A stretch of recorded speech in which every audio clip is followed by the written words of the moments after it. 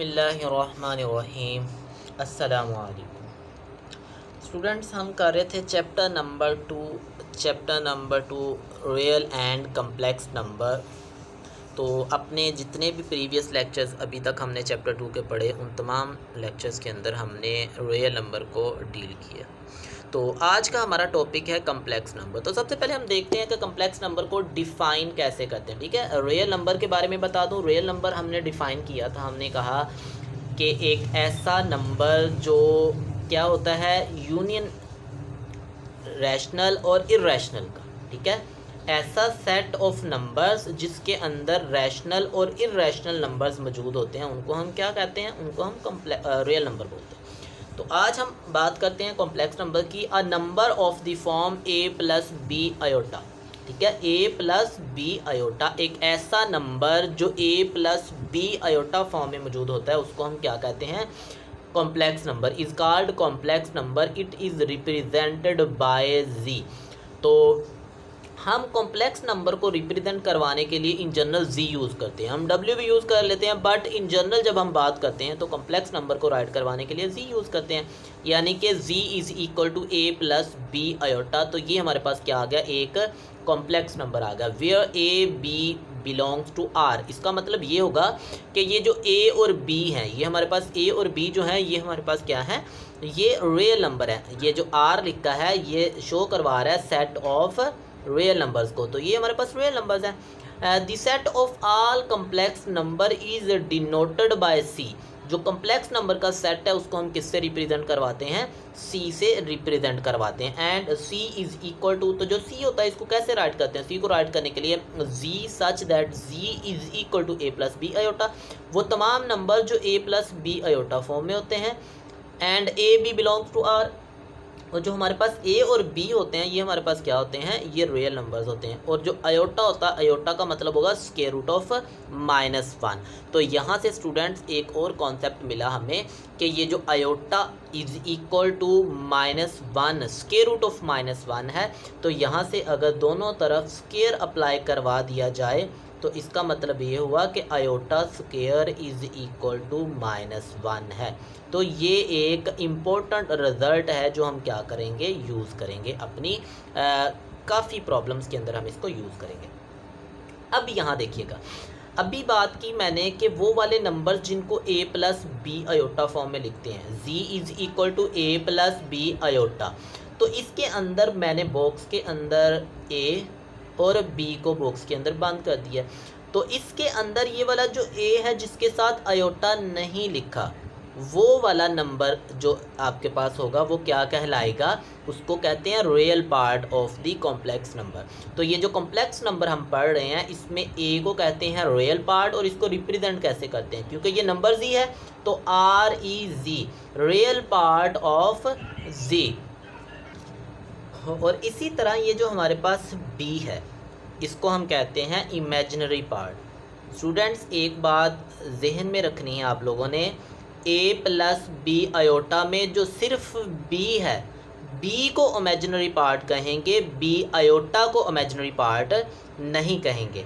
अगर कोई एक नंबर हो, हमसे ये कह दिया जाए कि इसका इमेजिनरी पार्ट क्या है, तो हम वो वाला नंबर जो आयोटा के साथ लिखा होगा उसको इमेजिनरी पार्ट कहेंगे, ना कि आयोटा को इन्वॉल्व करवाएंगे साथ। ठीक है, तो जो रियल पार्ट होगा वो हमारे पास a है, जो इमेजिनरी पार्ट होगा वो b है। देखें यहाँ मैंने imaginary part of z is equal to b लिखा है, ना कि imaginary part is equal to b iota लिखा। आयोटा के साथ लिखा हुआ नंबर इमेजिनरी पार्ट है। एक एग्जांपल लेता हूँ मैं यहाँ। एग्जांपल ये कि मैंने एक नंबर लिया z is equal to 5 plus 3 iota. ठीक है, तो अब इसके अंदर जो हमारे पास रियल पार्ट है वो क्या होगा, वो 5 होगा। ठीक है, ये वाला जो 5 है ये हमारे पास रियल पार्ट होगा और इसको हम कहेंगे रियल पार्ट ऑफ z। इसी तरह ये जो सिर्फ और सिर्फ 3 है, आयोटा नहीं, सिर्फ जो 3 है इसको हम कहते हैं imaginary part of z। z का इमेजिनरी पार्ट 3 है, ना कि आयोटा 3 है, ठीक है। आयोटा 3 कहेंगे तो वो गलत होगा, सिर्फ 3 हमारे पास क्या है, imaginary part of complex number.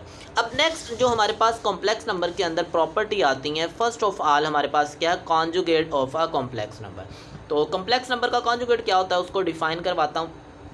If we change iota to minus iota, अगर किसी भी कॉम्प्लेक्स नंबर के अंदर आयोटा की जगह पे माइनस आयोटा पुट कर दिया जाए इन जी, ये कॉम्प्लेक्स नंबर है, we obtain another complex number, तो हमें एक नया कॉम्प्लेक्स नंबर मिल जाता है। वो जो नया कॉम्प्लेक्स नंबर होता है उसको conjugate of the given complex number कहा जाता है, ठीक है। फॉर एग्जांपल हमारे पास सबसे पहले if we change iota to minus iota in Z we obtain an other complex number called complex conjugate of z and is denoted by z, और उसको पढ़ते कैसे हैं, z के ऊपर एक बार है, इसको क्या पढ़ेंगे, जी बार। तो इसको पढ़ना क्या है, जी बार। जो कॉन्जुगेट ऑफ कॉम्प्लेक्स नंबर होता है उसको कैसे पढ़ेंगे, उसको जी बार पढ़ेंगे। एग्जाम्पल क्या है हमारे पास, ये एक कॉम्प्लेक्स नंबर है, complex number Z is equal to -1 minus iota. तो यहाँ देखिएगा जी बार, तो मैंने क्या किया, दोनों तरफ नंबर के ऊपर बार अप्लाई करवा दिया, जी के ऊपर भी बार अप्लाई हो गया और जी बार के ऊपर भी जो हमने उसकी न्यूमेरिकल वैल्यू थी उसके ऊपर भी बार अप्लाई। जब ये बार, इसको हम कहते हैं कॉन्जुगेट, जब हम इसको ऑपरेट करवाएंगे तो जो आयोटा होगा, आयोटा का साइन चेंज हो जाएगा, क्योंकि हमने बात की आयोटा को माइनस आयोटा पुट कर देना है। तो ये तो ऑलरेडी माइनस का था, तो जो ऑलरेडी माइनस का है जब हम अगेन यहाँ माइनस आयोटा पुट करेंगे तो ये प्लस का हो जाएगा। इन सिंपल वर्ड, जब भी किसी कॉम्प्लेक्स नंबर का हमें कॉन्जुगेट फाइंड आउट करना है तो कॉन्जुगेट फाइंड करते वक्त हम आयोटा का साइन चेंज कर देंगे। तो ये हमारे पास माइनस आयोटा था, तो इसकी जगह पे क्या बन जाएगा, ये प्लस का आयोटा, -1 प्लस आयोटा। इसके बाद हमारे पास नेक्स्ट है इक्वलिटी ऑफ कॉम्प्लेक्स नंबर। तो हमें ये देखना है कोई से दो कॉम्प्लेक्स नंबर इक्वल कब होते हैं, तो उसके लिए एक स्पेसिफिक क्या है हमारे पास कंडीशन है। Two complex number Z1 is equal to A1 plus B1 iota and Z2 is equal to A2 plus B2 iota are said to be equal if and only if and only if. Strictly वो सिर्फ और सिर्फ तब इक्वल होंगे, real part of Z1 is equal to real part of Z2। अगर Z1 और Z ये दोनों नंबर जो मैंने कॉम्प्लेक्स नंबर लिए हैं ये इक्वल तब होंगे जब पहले वाले का रियल पार्ट दूसरे वाले के रियल पार्ट के बराबर होगा और इमेजिनरी पार्ट के बराबर होगा, ठीक है। Imaginary part of Z2 is equal to imaginary part of Z1। तो ये दूसरी कंडीशन। इसका मतलब ये हुआ जो हमारे पास A1 है वो A2 के बराबर होना चाहिए, क्योंकि ये रियल पार्ट है ना A1, तो A1 A2 के बराबर होना चाहिए। और दूसरी कंडीशन ये है कि जो B1 है वो B2 के इक्वल होना चाहिए, तो ये इमेजिनरी पार्ट है। तो कोई से दो कॉम्प्लेक्स नंबर तब इक्वल होंगे जब उनके रियल पार्ट्स भी इक्वल होंगे और उनके इमेजिनरी पार्ट्स भी इक्वल होंगे। नेक्स्ट हमारे पास एक्सरसाइज है 2.5, क्वेश्चन नंबर 1, एवेल्यूएट। हमें क्या करना है, एवेल्यूएट करना है। अभी हमने पढ़ा iota is equal to square root of -1 है। इसी प्रॉपर्टी को यूज़ करते हुए हम क्या करते हैं, आयोटा की हायर पावर्स को रिड्यूस करते हैं, क्योंकि यहाँ से रिजल्ट ये मिला कि आयोटा स्क्वायर तो -1 के बराबर होता है। तो देखिएगा सबसे पहले हमारे पास क्या आ गया, आयोटा रेज़ टू पावर 7। अब हम क्या करेंगे, इस पावर को ब्रेक करेंगे और ब्रेक ऐसे करेंगे कि आयोटा हमारे पास मल्टीपल ऑफ 2 में कन्वर्ट हो जाए, क्योंकि अगर आयोटा स्क्वायर की पावर में चला जाता है तो वो -1 के इक्वल है, उसकी वैल्यू हम पुट कर सकते हैं -1। तो स्टूडेंट्स यहाँ हम क्या करेंगे, सबसे पहले जो पावर होगी उसको 2 पे डिवाइड कर लेंगे। जब 2 पे डिवाइड करते हैं देखेंगे, जब 2 पे डिवाइड किया तो क्या आ गया, 2 3 are 6 और 1 हमारे पास क्या आ गया, रिमाइंडर में आ गया। तो ये लिखेंगे आयोटा स्क्वायर, ये वाला जो आपके पास डिवाइडर होगा ये आयोटा स्क्वायर बना देगा और ये वाला जो कोशंट होगा ये पावर बनेगी, उसकी पावर बन जाएगी। तो ये आएगा आयोटा स्क्वायर की पावर 3, आयोटा स्क्वायर की पावर 3। अगर तो रिमाइंडर 1 आएगा तो 7 आयोटा लिखेंगे, अगर रिमाइंडर 0 आएगा तो 7 आयोटा नहीं लिखा जाएगा, ठीक है। तो ये मैंने लिखा 2 × 3 क्या हो जाएगा, 6 और ये वाली पावर 1 7, तो यही वाली पावर हमने इसको ब्रेक किया। अब iota square is equal to -1, तो आयोटा स्क्वायर की जगह पे -1 पुट कर दिया। बाकी क्या बचा, बाकी हमारे पास क्या आ गया, वैसे की वैसी सारी वैल्यूज़ लिख दी हमने, -1 रेज़ टू पावर 3। अब देखिए -1 की पावर 3 से मुराद ये है कि -1 को 3 टाइम मल्टीप्लाई करवाना है, तो -1 मल्टीप्लाई बाय -1 मल्टीप्लाई बाय -1, तो वो हमारे पास -1 ही आ जाएगा। तो यहाँ से जब हम -1 मल्टीप्लाई अयोटा लिखेंगे तो ये आ जाएगा माइनस अयोटा। सिमिलरली देखें हमारे पास क्या है, पावर 50 आ गई। अब पावर 50 को कैसे रिड्यूस करते हैं, पावर 50 को फिर 2 पे डिवाइड करेंगे। मैंने कहा कि जब भी कोई भी पावर अयोटा की बनेगी हम उसको किस पे डिवाइड करेंगे, 2 पे डिवाइड करवाएंगे। तो जब 2 पे डिवाइड करवाते हैं तो 2 पे डिवाइड करवाने के बाद स्टूडेंट हमारे पास क्या आ गया, 25 2 ज़ार 50, बाकी क्या बचा 0, कुछ भी नहीं बचा, रिमाइंडर 0। तो क्या आ गया, अयोटा स्केयर, ये अयोटा की पावर और ये होल की पावर 25, ठीक है, ये अयोटा स्केयर बना देगा और ये होल की पावर 25, तो अयोटा स्केयर की पावर 25 आ गया। अब देखिए रिमाइंडर 0 है तो साथ अयोटा नहीं लिखा, यहाँ रिमाइंडर 1 था तो साथ अयोटा विद पावर 1 मौजूद था। अब यहाँ से iota square is equal to -1, तो -1 की पावर 25 इज इक्वल टू -1 होता है। यहाँ याद रखने वाली बात ये कि जब भी हमारे पास -1 आएगा, जब भी हमारे पास -1 आएगा और उसकी पावर n आ जाए, तो n से मुराद आपके पास 1 2 3 4 5 कोई भी पावर हो सकती है, कोई भी नंबर हो सकता है, तो वो 1 के इक्वल आता है आंसर।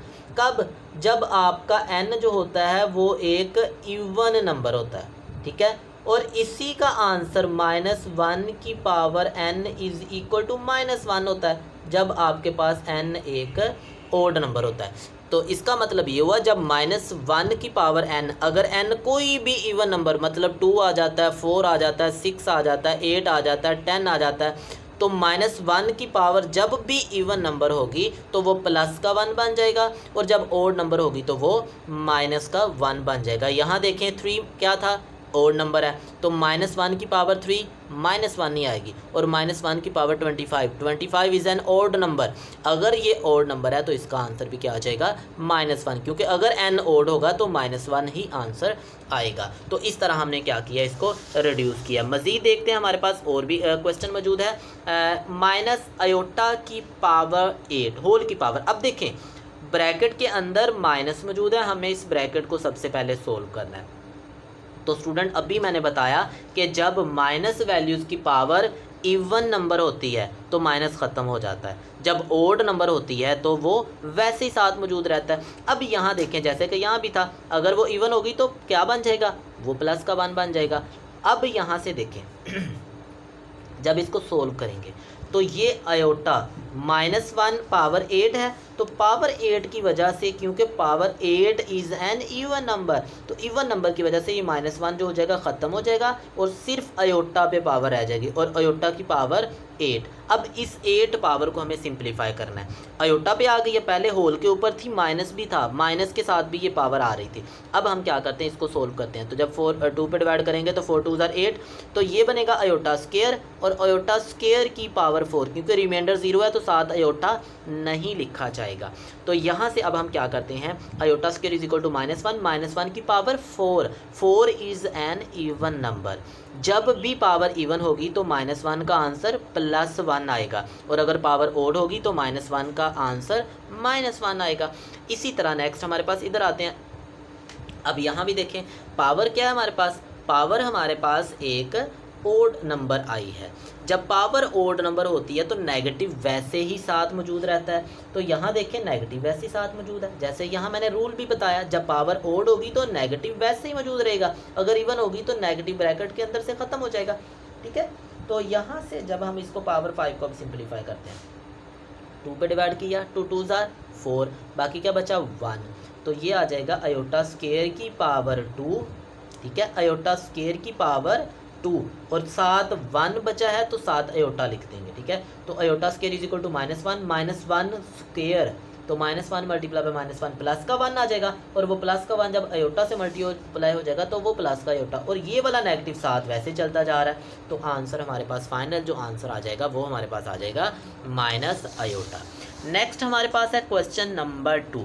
क्वेश्चन नंबर 2 में हमें क्या करना है, right the conjugate of the following. हमें कॉन्जुगेट लिखने, तो कॉन्जुगेट में हम सिंपली पढ़ा था कि हमें क्या करना है, जो अयोटा वाली टर्म होगी उसका साइन चेंज कर देना है। यानी कि अगर प्लस है तो माइनस कर देना है, माइनस है तो उसको प्लस कर देना है। तो पहला नंबर है 2 + 3 आयोटा, तो 2 + 3 आयोटा बार जब लिख दी तो इसका मतलब मैं इसका कॉन्जुगेट ले रहा हूँ, तो 2 वैसे का वैसे रह जाएगा।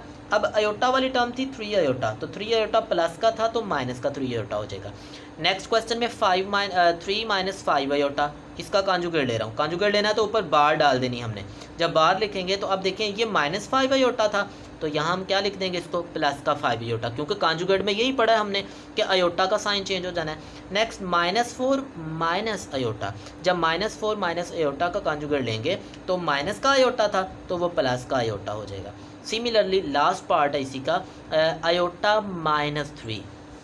अब इसको गौर से स्टूडेंट देखिएगा, लिखा हुआ आयोटा -3 का कॉन्जुगेट।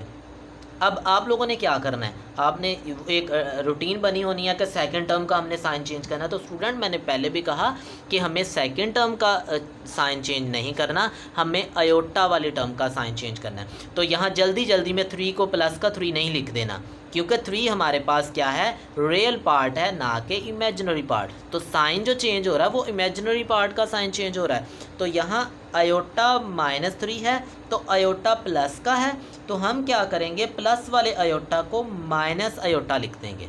ठीक है, प्लस वाले आयोटा को माइनस आयोटा लिख देंगे और माइनस का 3 वैसे जैसे यहाँ माइनस का 4 था तो देखिए -4 लिखा, यहाँ प्लस का 3 था तो +3 रहने दिया, यहाँ 2 था तो वो 2 ही रहने दिया। साइन किसका चेंज कर रहे हैं, जिसके साथ आयोटा आ रहा है।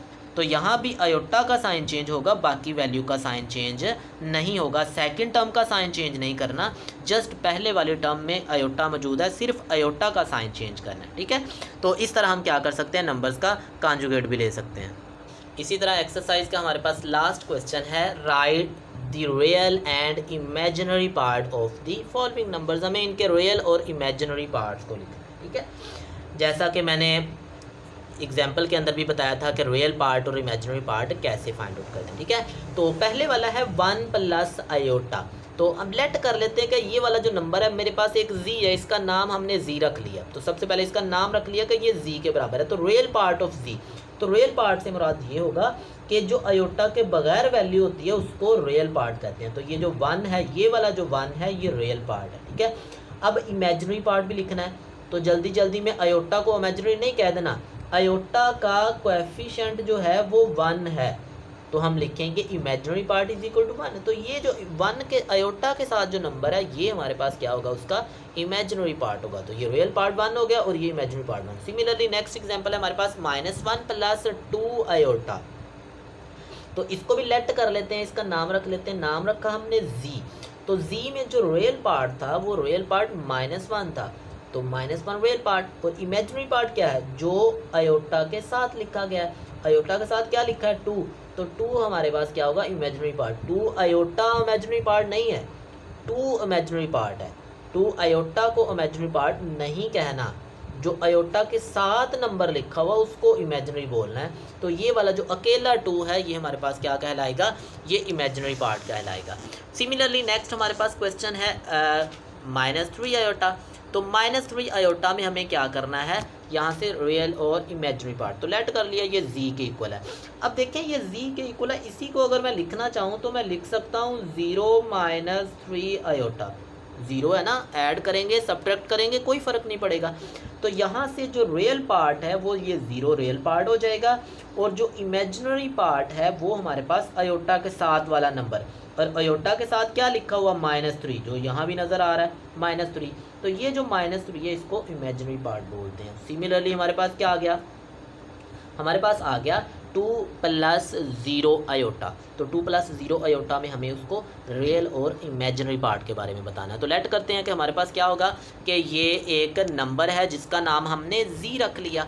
तो जी एक नंबर है और इसके अंदर रियल पार्ट क्या है, ये जो 2 है ये रियल पार्ट है। इमेजिनरी क्योंकि आयोटा के साथ 0 लिखा है, तो आयोटा के साथ 0 लिखा होने का मतलब ये है कि इसका इमेजिनरी पार्ट 0 है। स्टूडेंट इसी नंबर को सिर्फ यूँ भी लिखा जा सकता है = 2।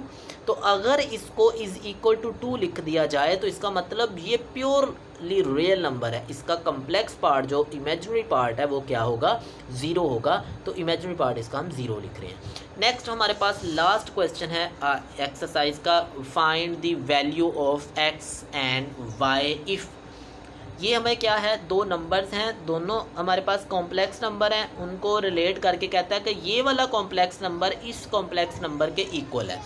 तो हमें एक्स और वाई की वैल्यू फाइंड आउट करनी है। तो सबसे पहले लेफ्ट हैंड साइड पे हम क्या करते हैं, रियल और इमेजिनरी पार्ट को सेपरेट कर लेते हैं।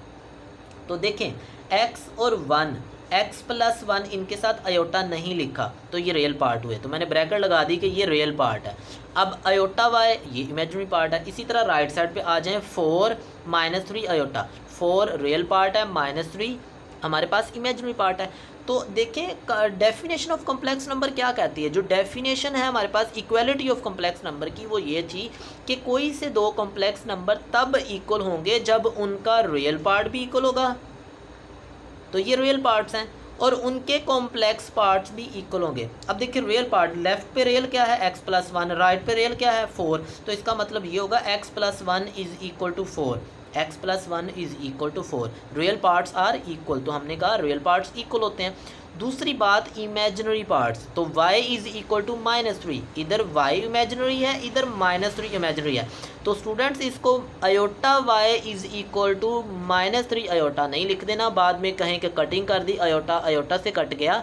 हम ये कह रहे हैं डेफिनेशन के अंदर के जो पार्ट्स हैं इमेजिनरी पार्ट, तो लेफ़्ट पे इमेजिनरी पार्ट हमारे पास y है, राइट पे इमेजिनरी पार्ट हमारे पास -3 है, तो यहाँ से हम कहते हैं y = -3, y की वैल्यू तो मिल गई। अब इस इक्वेशन को सोल्व करते हैं, x + 1 = 4, 1 प्लस हो रहा है, राइट पे जाएगा तो -4 - 1 3, तो x = क्या आ गया 3। इस तरह हमने क्या किया है, कॉम्प्लेक्स नंबर के बेसिक जो कॉन्सेप्ट था उस कॉन्सेप्ट को रीड किया, और इन्हीं कॉन्सेप्ट्स को यूज़ करते हुए हमने देखा कि किस तरह हम कॉन्जुगेट फाइंड आउट करते हैं कॉम्प्लेक्स नंबर का, उनके रियल पार्ट्स और इमेजिनरी पार्ट्स का क्या कॉन्सेप्ट है, अयोटा की जो अवेल्यूएशन है, जो हम उसकी हायर पावर को रिड्यूस करते हैं, ये कॉन्सेप्ट पढ़ा आज के इस लेक्चर में। और लास्टली हमने ये पढ़ा कि कोई से दो कॉम्प्लेक्स नंबर अगर इक्वल हों तो हम इस प्रॉपर्टी को कैसे यूज़ कर सकते हैं। तो इक्वलिटी की प्रॉपर्टी को यूज़ करते हुए हमने एक्स और वाई की वैल्यूज़ फाइंड आउट की।